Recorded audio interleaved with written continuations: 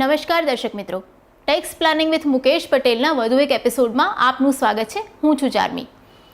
ભારત એક કૃષિ પ્રધાન દેશ છે. આવું આપણે વર્ષોથી સાંભળતા આવ્યા છીએ, જોતા આવ્યા છીએ, અને એટલે જ આપણા દેશમાં, આપણી સંસ્કૃતિમાં ખેડૂતો માટે એક વિશેષ મહત્ત્વ છે, એક વિશેષ સ્થાન છે.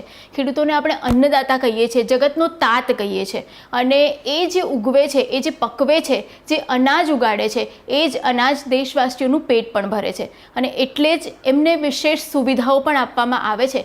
અને કરવેરાની રીતે પણ વાત કરીએ તો આવકવેરાનો જ્યાં સુધી સંબંધ છે ત્યાં સુધી ખેડૂતોની જે ખેતીપાત્ર આવક છે, ખેતીની જે આવક છે, એને કરમુક્તિ પણ આપવામાં આવી છે. પણ ખેતીને લગતા, ખેતીની આવકને લગતા બીજા કયા કયા નિયમો છે, શું શું ધ્યાનમાં રાખવાનું છે, ખાસ કરીને ખેતીની જમીન હોય તો એને સંલગ્ન કયા નિયમો છે, કઈ જોગવાઈઓ છે, એ તમામ વિશે આજના એપિસોડમાં આપણે વિગતવાર વાત કરીશું. તો મુકેશભાઈ, ખેતીના વિષયની વાત કરીએ તો ખેતીની જમીન જે છે, એમાંથી જે ઉપજ થાય છે, જે ખેતીની આવક છે, એની કરપાત્રતા અને કરમુક્તિઓને લઈને ઘણા સમયથી વિવાદો પણ ચાલતા આવ્યા છે. તો એક કરવેરા નિષ્ણાત તરીકે આપનો શું મત છે કે ખેતીની જે આવક છે એને કરમુક્તિની જે જોગવાઈઓ છે એ ચાલુ રાખવી જોઈએ કે પછી એને કરપાત્ર કરવી જોઈએ? ખેતીની આવકના સંદર્ભમાં ચોક્કસ સરકારે એક વિશેષ અનુકંપા દાખવીને એમને માટે એક રાહતકારક જોગવાઈ કરવી જોઈએ. એમાં કોઈ બેમત હોઈ શકે નહીં. આપણે હંમેશા કહીએ છીએ જય જવાન જય કિસાન. એટલે આ બે આપણા દેશના બહુ મોટા આધાર સ્તંભ છે. પણ એક કરવેરા નિષ્ણાત, એક આર્થિક અભ્યાસુ તરીકે ઇનફેક્ટ વર્ષોથી હું એમ કહેતો રહ્યો છું કે આપણે ખેડૂતોને મુક્તિ આપીએ, એ રીતે આપીએ કે જે ખરેખર જેને જરૂર છે એવા ખેડૂતને આપણે કરમુક્તિનો લાભ આપીએ. ઇન ધ સેન્સ કે સામાન્ય આપણી 2.5 લાખની કરમુક્તિ છે, સિનિયર સિટીઝન માટે 3 લાખ છે. હું તો કહું સરકારે ખેડૂતો, જે મોટા ભાગના, જેને સામાન્ય ખેડૂત કહીએ કે મધ્યમ વર્ગના ખેડૂત કહીએ, એ લોકોને માટે 10 લાખ રૂપિયા, 12 લાખ રૂપિયા, મહિને 1 લાખ રૂપિયા સુધીની પણ ચોખ્ખી ખર્ચ પછીની નેટ આવક હોય તો હું તો કહું છું 12 લાખની તમે કરમુક્તિની જોગવાઈ કરી શકો. આજે ભારત વિશ્વની અંદર, દર્શક મિત્રો, એકમાત્ર એવો દેશ છે કે જ્યાં ખેતીની આવકને આપણે કોઈ પણ મર્યાદા સિવાય કરમુક્તિનો લાભ આપ્યો છે. મને લાગે છે કે આ જે જોગવાઈ છે એ જોગવાઈમાં પાયાનો સુધારો કરવાની જરૂર છે. કારણ કે સર્વેઝ હેવ પોઇન્ટેડ આઉટ કે આજે એગ્રીકલ્ચર કરતી કંપનીઓ કોર્પોરેટ ફાર્મિંગમાં આજે લાખો નહીં કરોડો રૂપિયા કમાય, 200 કરોડ રૂપિયા પણ ખેતીની આવક, હું તો કહું છું કે જેન્યુઇન છે, પણ એને શા માટે આ કરમુક્તિનો લાભ આપવો જોઈએ? મોટા જમીનદારો જે 1 કરોડ, 2 કરોડ, 5 કરોડની ખેતીની આવક દર્શાવતા હોય એમને આ લાભ શા માટે આપવો જોઈએ? નાણામંત્રીઓના અંગત મંતવ્યો હોવા છતાં પણ હજી the political will has not come.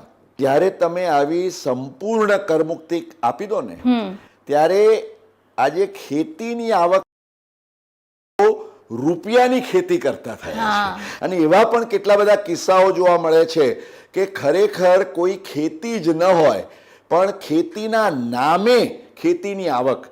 I think આ વસ્તુ ઉપર પણ એક રોકટોક આવે જરૂરી છે. ઓકે, એટલે ટૂંકમાં જેન્યુઇન ખેડૂતો હોય, નાના ખેડૂતો હોય એમ છે, પણ જે મોટી મોટી કંપનીઓ રૂપિયાની ખેતી કરી જાય છે એમના પર નિયંત્રણ હોવું જોઈએ. મુકેશભાઈ, ખેતીની આવકની વાત કરી રહ્યા છીએ ત્યારે એવા પણ કેટલાક લોકો હોય છે કે જે વિદેશમાં જઈને વસ્યા હોય અને પછી ત્યાં એમની ખેતીની જમીન હોય, તો એને જ લઈને સવાલ પૂછી રહ્યા છે કિન્નરીબેન કે વર્ષો પૂર્વે અમારું કુટુંબ આફ્રિકામાં વસતું હતું અને ત્યાં અમારી વારસાગત ખેતીની જમીન આવેલી છે. તો આવી ખેતીની આવક પણ ભારતના રિટર્નમાં દર્શાવીને હું કરમુક્તિનો લાભ મેળવી શકું કે કેમ? Thank you sir. આવકવેરાના કાયદામાં જે કલમ 2, પેટા કલમ 1A, સેક્શન 2 સબસેક્શન 1A હેઠળ એગ્રીકલ્ચરલ ઇન્કમની ડેફિનેશન આપવામાં આવી છે. એગ્રીકલ્ચરલ ઇન્કમ એટલે એગ્રીકલ્ચરલ ઇન્કમ ફ્રોમ લેન્ડ અને which is used for agricultural purposes. પણ એની સાથે ચારમી એક ત્રીજી કન્ડિશન છે કે it should be a land situated in India. એટલે સરકારનો આશય જે આ ખેતીને પ્રોત્સાહન આપવાનો છે એ ભારતમાં આવેલી ખેતીની જમીનમાંથી ઉદ્ભવતી આવક. એટલે કિન્નરીબેન, તમે તમારી આફ્રિકાની ઇન્કમ છે અહીંયા આગળ દર્શાવો તો એ ભલે ખેતીની આવક છે પણ આવકવેરાના કાયદા હેઠળ અહીં ભારતમાં એને કરમુક્તિનો લાભ નહીં મળે. એટલે આ વાત જે છે ને, અને મેં કહ્યું ને ખેતીની આવક કોને કહેવાય એ સમજવા માટે પણ આપણે દર્શક મિત્રોને જો સમજાવીએ તો મેં કહ્યું એ પ્રમાણે ખેતીની જમીન એટલે એક તો જો નોન એગ્રીકલ્ચરલ લેન્ડમાં તમે એગ્રીકલ્ચર કરતા હો તો ના ચાલે. એટલે રેવન્યુ રેકોર્ડ્સમાં it should be an agricultural land. Okay, number 1. Number 2, આપણે ભારતમાં આવેલી હોવી જોઈએ તો જોયું જ.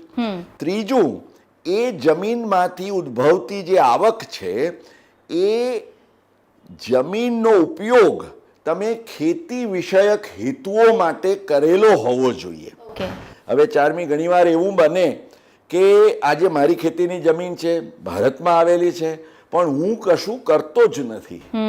અને હું 12 મહિના પછી મેં જઈને જોયું કે ત્યાં આગળ સ્વાભાવિક રીતે વરસાદ આવે, તડકો પડે, એટલે કુદરતનો નિયમ છે, ઝાડ ઝાંખરા પાંદડા બધું ઉગી નીકળે. હવે એની પણ કિંમત છે આજે તો. લાકડું છે કે લીલા પત્તા છે, ઘાસ છે.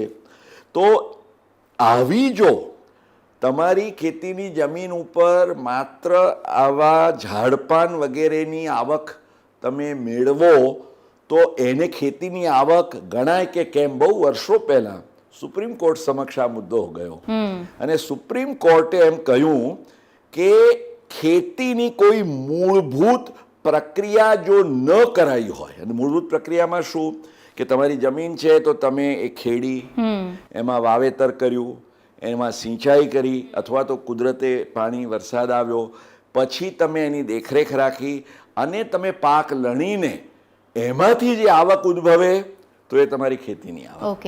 પણ અન્યથા આવી ઝાડ ઝાંખરામાંથી જંગલી જે આવક તમને થયેલી હોય, ભલે ખેતીની જમીનમાંથી થઈ હોય, પણ એ ખેતીની આવક ગણાય નહીં.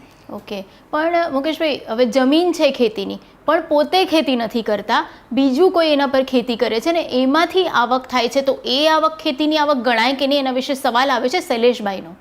મારી સ્વતંત્ર માલિકીની ખેતી જમીન મારા વતનમાં આવેલી છે, જેથી હું તેને ભાડે આપીને મહેસૂલ સ્વરૂપે વળતર મેળવું છું, તો શું મારી આ આવક કરપાત્ર ગણાય?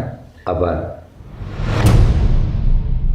આજે આપણે ત્યાં તો પ્રચલિત છે ચારમી કે મારી જમીન હોય, જેમ શૈલેષભાઈએ કહ્યું કે ભાઈ એમના વતનમાં છે, એ અહીંયા શહેરમાં વસે છે, તો એ જમીન એમણે કોઈકને ખેડવા માટે આપી છે, કોઈક ભાગ્યાને આપી છે. તો પેલો જે માણસ છે કે ભાઈ હું 12 મહિને ઉચ્ચક સાહેબ તમને આ તમારી જમીનના હું 2 લાખ રૂપિયા 4 લાખ રૂપિયા આપીશ, અથવા તો મને જે કંઈ પાક મળશે એમાંથી હું અમુક ટકા ભાગ તમને આપીશ, અને એ જે તમને અનાજ મળે એને તમે વેચો તો એ તમારી ખેતીની આવક ગણાય કે કેમ? બહુ રસપ્રદ પ્રશ્ન છે. તો આવકવેરાના કાયદા હેઠળ જે ખેતીની વ્યાખ્યામાં એની rent or revenue received in cash or in kind by the owner of the agricultural land, એટલે તમને મહેસૂલ સ્વરૂપે પણ આ મળ્યું હોય. એટલે ખેતીની જમીનનો ઉપયોગ બીજા કોઈએ કર્યો હોય, પરંતુ એ તમને રોકડમાં કે પાક સ્વરૂપે જો આપતા હોય તો એની આવક ચારમી એ પણ ખેતીની આવક ગણાય. ઓકે, હવે મુકેશભાઈ, તમે કીધું કે ઝાડપાન ઉગી ગયા હોય કે એવું કશું હોય તો એને ખેતીની આવક તમે ના ગણી શકો, પણ ઘણીવાર એવું હોય કે ખેતીની જમીનમાં ખેતી ના કરતા હોય પણ નર્સરી પ્રકારનું કશુંક ઉગાડેલું હોય તો એને ખેતીની આવક ગણાય કે નહીં? એને લઈને સવાલ આવ્યો છે આલ્ફી જોસેફનો. ખેતીની જમીનમાં નર્સરી ફાર્મ ડેવલપ કરીને તેમાં ફૂલ ફળ શાકભાજી વગેરેની છોડ ઉગાડી તેમજ બિયારણ તૈયાર કરી તેના વેચાણમાંથી હું આવક મેળવું છું. આ આવકને ખેતીની આવક તરીકે કરમુક્તિનો લાભ મળી શકે. આજે નર્સરીની પ્રવૃત્તિ, અને નર્સરી એટલે it's not a big farming, નાનકડી જગ્યામાં પણ કે ઘણીવાર નાના પોટ્સમાં પણ. આજે તો હોર્ટિકલ્ચરની એવી સરસ થઈ છે કે હોરિઝોન્ટલની સાથે વર્ટિકલ ફાર્મિંગ પણ થાય છે. મોટી દિવાલ હોય એની અંદર તમે ક્યારાઓ કરીને તમે એક ઓર્ગેનાઇઝડ જો એક્ટિવિટી દ્વારા તમે એમ સમજો કે ફળ, ફૂલ, આજે છોડ, બિયારણ આ બધું જ તમે ઉગાડ્યું હોય, એટલે જે ખેતી વિષયક પ્રક્રિયાઓ થયેલી હોવી જોઈએ. ખાલી ખુલ્લામાં મૂકી દીધેલા પોટમાં કંઈ ઉગી ગયું ને એ નર્સરી ન ગણાય, પણ you should have made your efforts. જેમાં કહે છે કે સુપ્રીમ કોર્ટે કહ્યું કે માનવ શ્રમ હોવો જોઈએ. There must be the human participation, there must be the basic agricultural operations. તો આ પ્રકાર તમે નર્સરીની અંદર તો નાના પોટ્સમાં પણ ઉગાડી શકો, નાના ક્યારાઓમાં કરી શકો, પરંતુ આ રીતે તમે whatever you have grown, plants, seeds, flowers, vegetables, આ તમામ ફ્રૂટ્સ, આ બધું જ નર્સરીનું ફાર્મિંગ. ઇનફેક્ટ 2008 સુધી તો ચાર્મી આના ઉપર ઘણો વિવાદ ચાલતો હતો, કારણ કે આવકવેરાના કાયદા હેઠળ એગ્રીકલ્ચરલ ઇન્કમની ડેફિનિશનમાં આનો સમાવેશ કરાયો નહોતો. પણ ઘણી બધી ટ્રાઇબ્યુનલોએ અને હાઈકોર્ટે, ઇનફેક્ટ એક ફર્સ્ટ લેન્ડમાર્ક ચુકાદો આવ્યો મદ્રાસ હાઈકોર્ટનો, અને એ ચુકાદામાં એમણે બહુ જ સ્પષ્ટ એના પેરામીટર્સ, તે વખતે યોગાનુયોગ આપણા મદ્રાસના જ નાણામંત્રી હતા એટલે ચિદમ્બરમજીને એમ થયું કે ભાઈ ચાલો આનો લાભ સૌને મળે, એટલે આકારણી વર્ષ 2009-10થી હવે આ અંગે કોઈ વિવાદ રહ્યો નથી.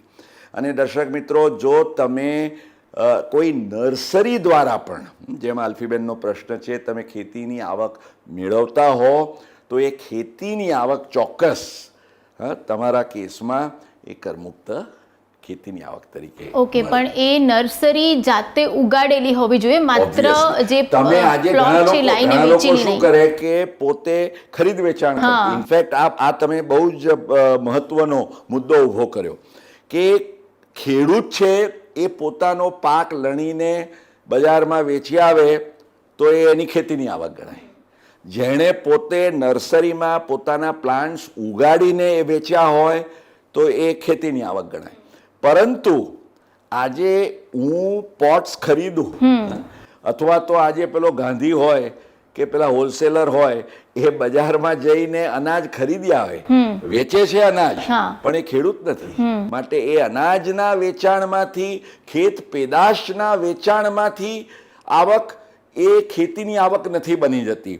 ઇનફેક્ટ ચાર્મી, આ પણ ખ્યાલમાં રાખવું જરૂરી છે કે અનેક ચુકાદાઓમાં કોર્ટોએ એવું કહ્યું છે કે ભાઈ ખેતીની આવક એટલે માત્ર જમીન સાથે એનો કોઈક સંબંધ હોય એટલા માટે નહીં, પણ it should B directly connected. હવે આજે દાખલા તરીકે ઘણીવાર એવું બને કે પેલો ફાર્મનો મેનેજર હોય એ કે હું બધું જ ફાર્મના ઓપરેશન્સનું ધ્યાન રાખું છું, આ છે તે છે, તો મારો પગાર ખેતીની આવક ગણાવવો જોઈએ. ના, ભલે ખેતી સાથે સંકળાયેલો છે પણ એનો પગાર એ પગારની આવક ગણાય. આજે કોઈ કંપની જે ખેતી કરતી હોય તો કંપનીના હાથમાં ખેતીની આવક હોઈ શકે, પણ તમે એના શેરહોલ્ડર છો, એ તમને જે ડિવિડન્ડ મળે એ તમારી ખેતીની આવક નથી.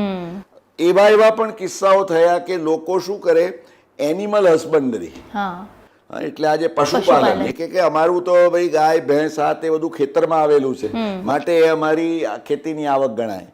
ના, પણ સાથે સાથે કોર્ટોએ ચુકાદા એવા પણ આપ્યા છે ચાર્મી કે આજે કોઈ ખેડૂત હોય એ આજે ગાય ભેંસ વગેરે રાખે છે, એના ફાર્મ પર પોતાના પર્પઝ માટે એને ખેતીમાં ઉપયોગી થાય, કારણ કે ગાયની સાથે બળદ પણ છે, બળદને ખેતીમાં ઉપયોગમાં લે છે, ગાય દૂધ આપે છે, એ લોકો એનો ઉપયોગ કરે છે. હવે આજે દૂધ વગેરે કે દૂધના જે પ્રોડક્ટ્સ છે તમે પોતે તો વાપર્યા, ઇન્સિડેન્ટલી કંઈક વધ્યું તો તમે ફેંકી દેવાના નથી. તમે એ થોડું ઘણું દૂધ અથવા દૂધના પ્રોડક્ટ્સ છે જે વધ્યા એ તમે જઈને એનું વેચાણ કર્યું તો આને ખેતીની આનુષંગિક આવક કહેવાય. ઓકે. આજે તમારી ખેતીની જમીન ઉપર તમારો એમ સમજો કોઈ ગોડાઉન કે સ્ટોર હાઉસ છે, એ જે તમે ઉપયોગ કરો છો અને થોડોક ભાગ ખાલી રહે છે, તમે કોઈકને ભાડે આપ્યું છે, તો એની આવક એ આનુષંગિક છે. That is not a problem. Okay. એટલે આ પ્રકારની જે ખેતીની પ્રવૃત્તિ તમે કરો છો એને આનુષંગિક આવક હોય તો એ ખેતીની આવક કહેવાય. પણ if it has got no direct nexus otherwise તો એને ખેતીની આવક ગણી શકાય નહીં. મુકેશભાઈ, તમે કીધું કે આપણે ત્યાં કેટલી પણ ખેતીની આવક હોય એ કરમુક્ત છે, એનું કોઈ લિમિટેશન નથી, પણ એને આવકવેરાની ગણતરીમાં લક્ષમાં લેવામાં આવે છે ખરી? એને લઈને સવાલ આવ્યો છે. ખેતીની આવક કરમુક્ત કહેવાય છે, પરંતુ આવકવેરાની ગણતરીમાં તેને લક્ષમાં લેવાય છે, તો તેની સમજણ આપશો. હા, આવકવેરાના કાયદા હેઠળ ખેતીની આવક ને કરમુક્ત ગણવામાં આવે છે, પણ એ it is with a rider. Okay. એ શરતી છે. શરતી શું છે કે ખેતીની આવક ઉપર કોઈ ટેક્સ નથી, પરંતુ જો તમારી ખેતીની આવક સાથે બિન ખેતીની આવક હોય, એટલે along with your agriculture income, if you have non agriculture income, then the agricultural income is to be taken into consideration for rate purpose. એટલે આવકવેરાના જે દર છે, તમારી જે બિન ખેતીની આવક ઉપર જે તમારે આવકવેરો ગણવાનો થાય, તો એ આવકવેરો ગણવાના હેતુસર જે દર છે એ દર તમારે you have to keep that in mind કે એને let me explain with an example. આજે આપણે બે પરિસ્થિતિ લઈએ દર્શક મિત્રો, કે એક કેસમાં કે જ્યાં તમારી માત્ર ખેતીની જ આવક છે અને બિન ખેતીની આવક થોડી ઘણી છે, પરંતુ એ આવકવેરાની મુક્તિ મર્યાદાથી વધતી નથી. ઓકે. એટલે એક કેસમાં દાખલા તરીકે 2 લાખ રૂપિયાની તમારી બિન ખેતીની આવક છે અને 20 લાખ રૂપિયાની તમારી ખેતીની આવક છે, તો આ કેસમાં ધ ટેક્સ વિલ બી 0. ઓ. 20 લાખ શું, કદાચ 2 કરોડ પણ હોય તો પણ પેલી તમારી બિન ખેતીની આવક એ કરપાત્ર નથી, એટલે તમારી ખેતીની આવક ઉપર કોઈ પણ ટેક્સ લાગશે નહીં. પણ માની લો કે let me tech an example. You C, આ સારભાઈ માટે જ એક સ્પેશિયલ દર્શક મિત્રો એક કેસ સ્ટડી મેં ડેવલપ કર્યો છે, એટલે હું આપને એની વિગતો શેર કરું કે એક કેસમાં બિન ખેતીની આવક 8 લાખ રૂપિયાની છે અને ખેતીની આવક 12 લાખ રૂપિયાની છે, એટલે 8 અને 12 કુલ ગ્રોસ આવક તમારી થઈ 20 લાખ. તો આ કેસમાં 12 લાખ ઉપર તમારે આવકવેરો ભરવાનો નથી, જે ખેતીની આવક છે, પણ જે 8 લાખ બિન ખેતીની આવક છે એના ઉપરનો આવકવેરો નક્કી કરવાના હેતુસર પેલા 12 લાખને પણ લક્ષમાં લેવાના છે. Let me explain to you once again practically. આપણે દર્શક મિત્રો સ્ક્રીન ઉપર એક આપ ચાર્ટ પણ જોશો એટલે તમને સ્પષ્ટ ખ્યાલ આવશે કે સૌ પ્રથમ તમારે શું કરવાનું કે ખેતી અને બિન ખેતી એ બંને આવકોનો સરવાળો કરીને કુલ આવક નક્કી કરવાની. એટલે આ કેસમાં 8 લાખ વત્તા 12 લાખ એટલે 20 લાખ રૂપિયા ઉપર તમારે ટેક્સ નક્કી કરવાનો. તો 20 લાખ ઉપરનો ટેક્સ થાય અત્યારના પ્રવર્તમાન જે નવી વ્યવસ્થાના દરો છે એ મુજબ 3,51,000. બરાબર. હવે આ 3,51,000 નથી ભરવાના, કારણ કે 20 લાખમાંથી 12 લાખ તો એગ્રીકલ્ચર ઇન્કમ છે. એટલે પછી શું કરવાનું કે જે તમારી ખેતીની આવક છે તમારી જે 12 લાખની, એમાં તમારી જે પ્રાથમિક કરમુક્તિ મર્યાદા છે 2.5 લાખની એને ઉમેરો, એટલે 14.5 લાખ થયા. એટલે 14.5 લાખ ઉપર તમે આવકવેરો ગણો તો દર્શક મિત્રો 14.5 લાખ ઉપર આવકવેરો થાય 1,82,000. અને પછી 20 લાખમાંથી જે તમારો આવકવેરો છે આ 14.5 લાખના આવકવેરામાંથી બાદ કરો તો તમે 3,51,000માંથી 1,82,000 બાદ કરો તો તમારે ભરવા પાત્ર રહે ટેક્સ 1,69,000. એટલે તમારી બિન ખેતીની આવક જે છે 8 લાખની, એના ઉપર તમારે 1,69,000 ચાર્મી ભરવાનો થાય છે. માની લો કે એગ્રીકલ્ચર ઇન્કમ ન હોત તો 8 લાખ ઉપર તમારો નિયમિત આવકવેરો માત્ર 46,800 થાત. એગ્રીકલ્ચર ઇન્કમ ટેક્સેબલ હોત તો તમારો 3,51,000 થાત. પણ અહીંયા રેટ પર્પઝ માટે જે લક્ષમાં લેવાનું છે એટલે તમારે 46,800 પણ નથી ભરવાના, 3,51,000 પણ નથી ભરવાના, તમારે ભરવાના છે 1,69,000. તો Charmi, this is the arithmetic of tax on agriculture. Okay, એટલે એનો અર્થ એ થયો કે જો એગ્રીકલ્ચર ઇન્કમ ટેક્સેબલ નથી, પણ જો તમારી નોન એગ્રીકલ્ચર ઇન્કમ ટેક્સેબલ થાય છે તો તમારે વધારે કર ભરવાનો આવે છે. તો આનો અર્થ તો એ થયો ને કે જ્યારે તમારી પાસે બિન ખેતીની આવક હોય તો એ તમે તમારા ઘરના બીજા સભ્યોમાં વહેંચીને તમે એને ડિસ્ટ્રીબ્યુટ કરો તો એને તમે નોન ટેક્સેબલ બનાવો તો તમને એનાથી વધારે ફાયદો થશે. હવે તો તમે પણ ટેક્સ કન્સલ્ટન્ટ થઈ ગયા. હા, બરાબર સલાહ આપતા થઈ ગયા. બધું તમારું જ આપેલું જ્ઞાન છે. પણ આપણા અમદાવાદી કે ગુજરાતીને ટેક્સ પ્લાનિંગ શીખવાડવું ન પડે, એને તો ખાલી ઈશારો કાફી છે. એટલે દર્શક મિત્રો, આજના એપિસોડનો સંદેશ કે જો તમે તમારી બિન ખેતીની આવક, નોન એગ્રીકલ્ચર ઇન્કમ બિલો ટેક્સેબલ રાખો તો કોઈ પણ રકમની ખેતીની આવક, અલબત્ત ધ્યાન રાખજો કે રૂપિયાની ખેતી ન કરો, આમાં પડી જાઓ. Otherwise Charmiben, you can get into trouble. Please. હા, કારણ કે પછી તો જો પાછળથી પકડાવો તો ઇન્કમ ટેક્સ ડિપાર્ટમેન્ટ જે દંડા મારે છે 75% ને એની ઉપર સરચાર્જ ને સેસ ને બધું દંડ ને બધું બાદ કરતા કેટલા બધા રૂપિયા તમારે ભરવાના થાય. એટલે ખેતીનો કરમુક્તિનો લાભ લો, પણ જેન્યુઇનલી લેજો. એક ખેડૂત આખું વર્ષ મહેનત કરીને ખેતરોમાં પોતાનો પાક પકવે અને એ જ પાક વેચે ત્યારે એના પરથી જે આવક થાય છે એ કરમુક્ત સાથે જ એના પર રિટર્ન કઈ રીતે ભરવું, સાથે જ જે જમીન વેચે છે તો એના પર મૂડી નફાના જે કોઈ લાભ થાય છે એ કરપાત્ર છે કે નહીં, જમીન સંપાદનના શું નિયમો છે, એ બધા જ વિશે વાત કરીશું આવનારા એપિસોડમાં. તો તમને પણ ખેતીની આવકને લઈને અથવા તો ટેક્સને લઈને કોઈ પણ સવાલ સતાવતો હોય તો એ સવાલ તમે અમને પૂછી શકો છો. આ સવાલો તમે ઈમેલ દ્વારા અમને મોકલી શકો છો અથવા તો વોટ્સએપ પર વિડીયો રેકોર્ડ કરીને પણ આ સવાલો તમે અમારા સુધી મૂંઝવણનો અને ટેક્સના જે પણ પ્રશ્નો છે એનો ચોક્કસથી ઉકેલ લાવવાનો પ્રયત્ન કરતા રહીશું. તો જોતા રહેજો tax planning with Mukesh Patel.